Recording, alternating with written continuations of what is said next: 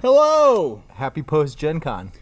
Yes, that was a lot of fun. Yeah. I enjoyed that. So, it was your first Gen Con, right? My very first. Yeah? Yes. What'd you think? Wow, it was a lot of fun. Yeah. I really enjoyed watching all the costumes and people dressing up. Cosplay, Sean. Cosplay. You know, I apologize greatly. Cosplay was very cool. Give me your favorite cosplay. Well, there was a guy, I don't know, he reminded me of, he had like leather armor. Mm-hmm. And I don't know where exactly, I almost say like Skyrim, but I'm probably completely wrong.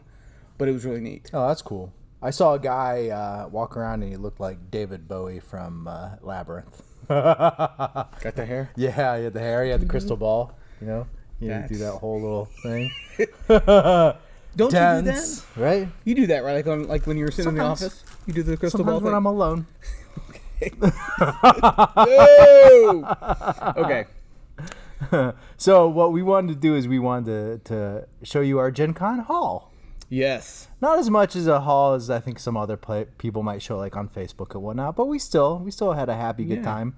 So we wanted to share with you some of the purchases we made at Gen Con. Yeah, great time. Yeah, great time.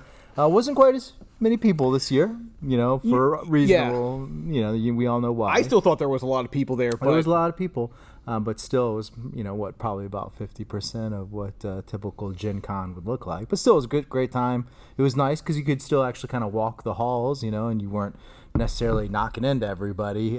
So right. That was the nice part of it, you know what I mean? And I know that there wasn't quite as many publishers there, but next year there will be, and it'll be the best Gen Con ever. The best ever. All right. So let's go ahead and go through this one. I tell you what, why don't you talk about this one since you ended up getting this one. I can't remember the name of that. It keeps slipping my mind. Anomania. Anomia. Anomania. Anomania. Wasn't that the Muppets? The Hanomana.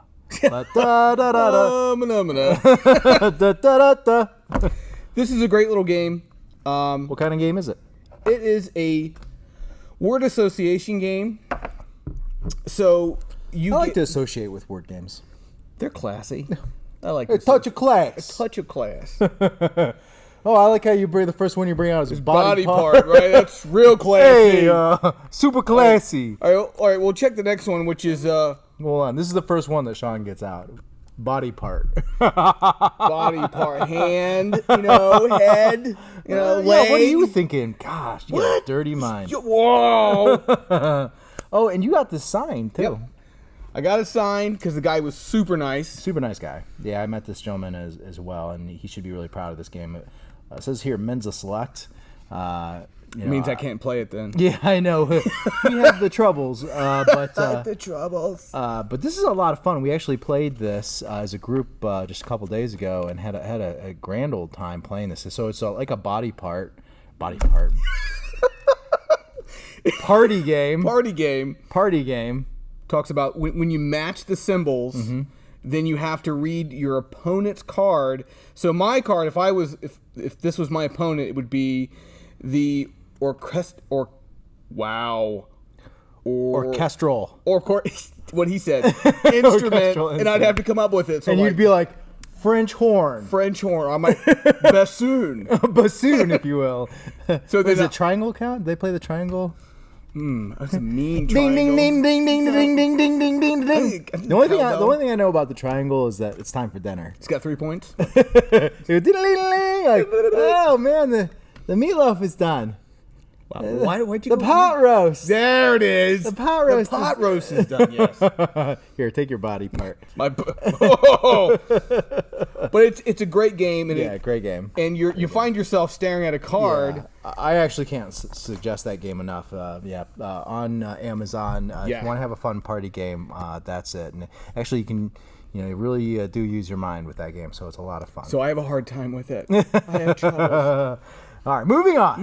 Moving on. Nessos.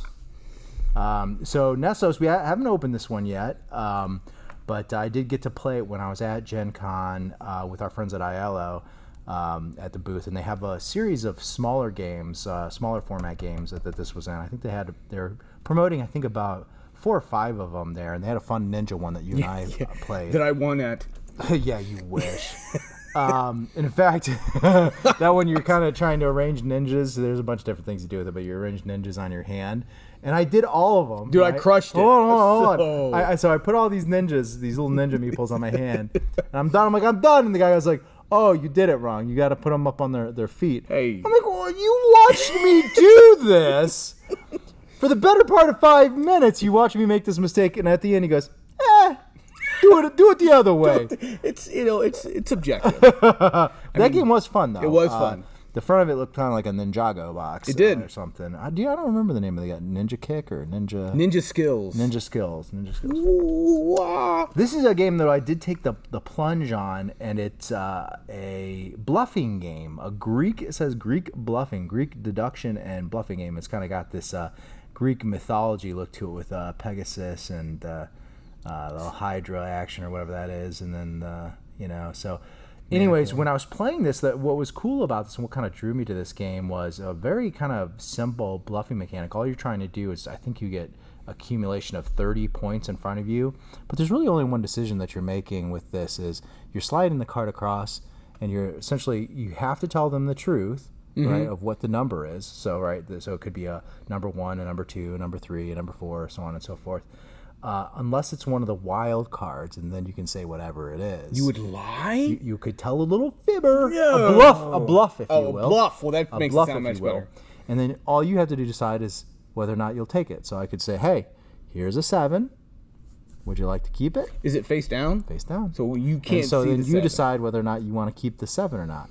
So if you decide to keep it, then you get to put that 7 in your pile to try to accumulate your over 30 points, right? Mm-hmm. But if you go, I think Dave's trying to pull one over on me, like I typically am. Yes. Right? You just give it back to me. But if it was a 7, then I get to put it into my lineup of cards. See? Okay. Oh, so there's okay. Yeah, so that's Nessos. Sounds like super fun. We're gonna do a full playthrough, and we'll let you know. But just as a nice little mini game, seemed like a lot of fun. Yeah. Nice little bluffing game. So we'll check that one out. All right, moving on. On moving. All right, you want to talk about the Night Cage, or you want me to talk about the Night Cage? It's spooky. It's a little scary. Is that like is that the Nicolas Cage horror movie?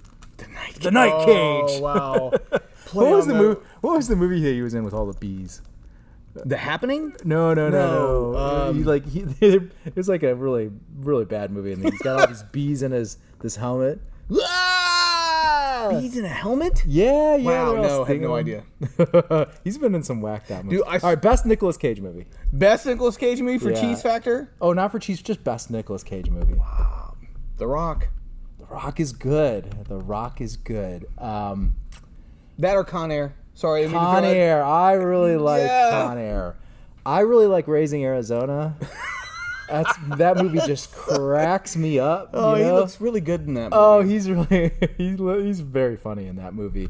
I'm trying to think, what's another good Nick Cage movie? I gotta tell you, I watched. Was he in the Face Swap one? Yeah, with John Travolta. He was. Face Off. That was a good movie. I mean, yeah, it's a little dark. It's totally stupid. Dark. Wait a minute.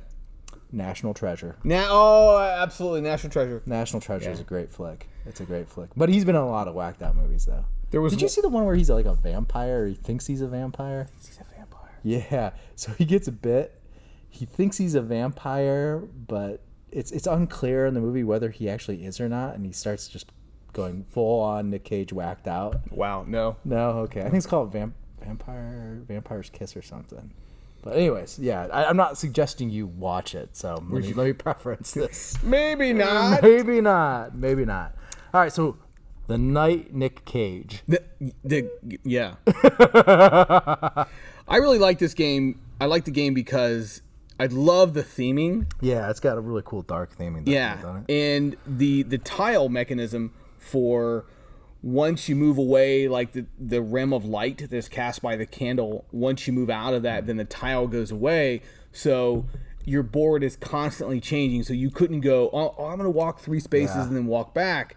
and the wax monsters or the wax eater monsters. Very nice. Yeah, it looks like they did a really interesting job of actually kind of making a game look pretty spooky. Yeah. And we had some friends that played this before I actually bought it too. They're like, "Hey, did you see the Night Cage?" I'm like, "Yeah, I was actually just looking at it, considering it." And they're like, "We played it last night. It was pretty fun." And in fact, they had like a whole spooky soundtrack that they played in addition to playing this. So I think they got the full experience. So I was like, okay, I'm going to go buy it. That's all I need to know. Because I was like really on the fence, and then they pushed me over the fence. They're like, yeah, go buy it, dude. I'm like, okay, I'll go buy it. I mean, I could go like, but yeah, so that's the Night Cage. We'll let you guys know. We still have yet to open this one, but we did the demo at the booth with the Smirk and Dagger folks. They seem super nice. yeah, that's a great name, by the way. It is. Smirk and Dagger is a good name for a company. So high hopes on this one. We'll play it. The board kind of is reminiscent of another game that I've played. The name escapes me right now. The one with where you're moving the Chinese characters off the, trying to get them not to go off the board.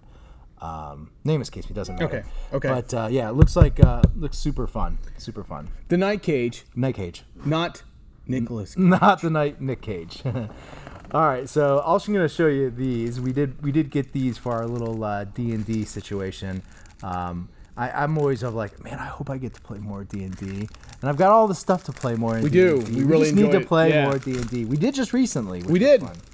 But these are some nice fabric battle maps, I guess if you would, or terrain maps. Yeah, terrain maps. You know, so not only can you play a little D&D there. Look, they got a little encampment down at the bottom, like a little camping scene. Yeah. But if you need to blow your nose, you can. Ooh, that would be rough. So that's fun. We got a nice selection of those, and the fact they all kind of interconnect, so you can make your own little world when you're playing. Yeah, we can like Dungeons lay and it Dragons. out. Yeah. And there's the path. Yeah. A path. And this one is a ruined temple. Ooh, that sounds like fun. A ruined temple. And then this one, a cliffside. Oh, sounds like you could have some good action there. And then we got a nice little water scene with a nice little river scene here. So yeah, it looks gonna have some fun with those. I'm Actually, sure they're well made. Yeah, they do seem pretty cool. The last thing I'm going to show is I met a nice gentleman at Gen Con, and as I was walking by, there's some people looking at this. Okay, scenario-based battle maps, and the young gentleman that was there, this DM Scott, I got to talk to for a while there, and he was showing me this. This is 70 unique battle maps for your RPG or for D&D. And he really just did a bang-up job. I know he does a special software for this, but as you're either thinking about doing a new campaign or you're in the process of a campaign, I mean, you can just have just about anything you could want on these maps, and he did a really nice job.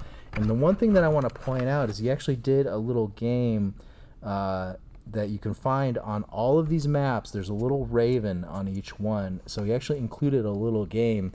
So kind of like a little Where's Waldo on these terrain maps for Dungeons and Dragons.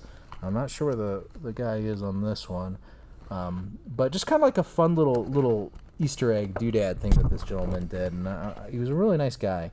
So I wanted to support him. I don't know, right there. I think you can see that bird right there.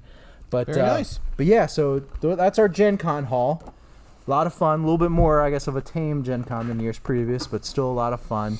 And hopefully next year we'll be showing at Gen Con if everything works out, which I think it will. So You guys should come down and see us. yeah, so come down and see us. Well, we're going to be at Origins. We'll talk maybe about that in our next YouTube video next week. Origins. Yes. And that should be a lot of fun. So if you're going to be in the greater Columbus area or Ohio and you want to have some fun gaming action or tabletop games, Origins, we will be there not this weekend but the next weekend. Next weekend, when Origins is. So we'll talk about that more with our next video, but we want to show you guys a little bit of our Gen Con haul and put in a little bit of a video that Sean shot of just kind of walking through that I think you'll enjoy. Yeah. Should I do like a Gen Con dance? No. Okay. All right, then. Okay, guys. Well, 2 thumbs up for Gen Con. 2 thumbs up. All right, smash the subscribe button, and we will see you guys later. Thanks, guys.